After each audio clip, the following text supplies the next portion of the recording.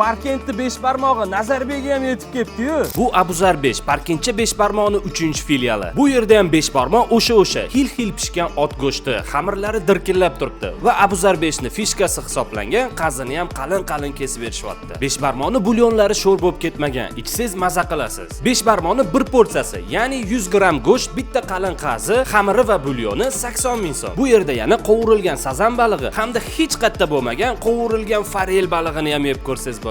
Farel balig'ini hech qayerda qovurilganini yeb ko'rmagandim. Zo'r bo'lar ekan. Qovurilgan farelni mana shu turishi 200 ming so'm, taxminan 1 kilo 200 chiqadi. Qovurilgan sazanni ham ichlari sochni chiqibdi. Baliqlarni Xorazmdan olib kelishar ekan. Kallasiz va отходlarsiz живой весda o'lchashar ekan. 1 kilosini narxi 180 ming so'm ekan. Siz tarafda baliqni narxi nech pul? Kommentga yozib keting. Qoluvchilar uchun har xil turdagi shashliklari ham bor ekan. O'tiradigan joylari ham juda chiroyli chiqibdi. Tabiat qo'ynida tapchanlar yoki alohida kabinalar. Oilaviy, yaqinlar bilan, do'stlar bilan bemalol ertalab 11 dan kechki 11 gacha ham kelaverasizlar. Nazarbek Bay Abuzar Nazarbekning postidan o'tgandan keyin yangi qurilgan mostga yetmasdan o'ng qo'lda joylashgan. Bu videoni nazarbeklik tanishlarga maksimalni tarqatib tashlaymiz.